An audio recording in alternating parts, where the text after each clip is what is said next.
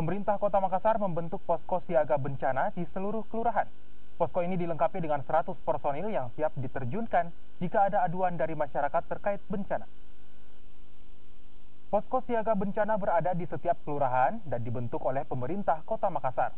Posko ini melayani laporan warga terkait bencana seperti pohon tumbang dan juga banjir.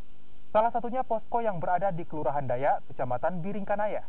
Telah menerima 5 laporan pohon tumbang dan 2 laporan tentang genangan air di awal tahun 2019. Posko ini dilengkapi 100 personil yang terdiri dari Satgas Anti Banjir, Satgas Drainase, Satgas Pohon Tumbang, dan gabungan dari sejumlah dinas terkait. Setiap 2 jam sekali, para petugas melakukan patroli di wilayah yang sudah ditetapkan oleh Kepala Satgas yang dipimpin oleh pemerintahan kelurahan.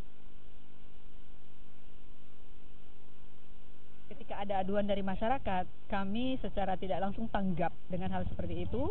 Kami secara langsung turun ke lapangan, mengoreksi apa yang terjadi, kemudian kita melakukan tindakan. Ketika ada pohon tumbang, seperti kemarin di Rusunawa ada 2 pohon tumbang, kami melakukan pembersihan dan pemotongan dahan-dahan. Alhamdulillah sudah berjalan dengan baik.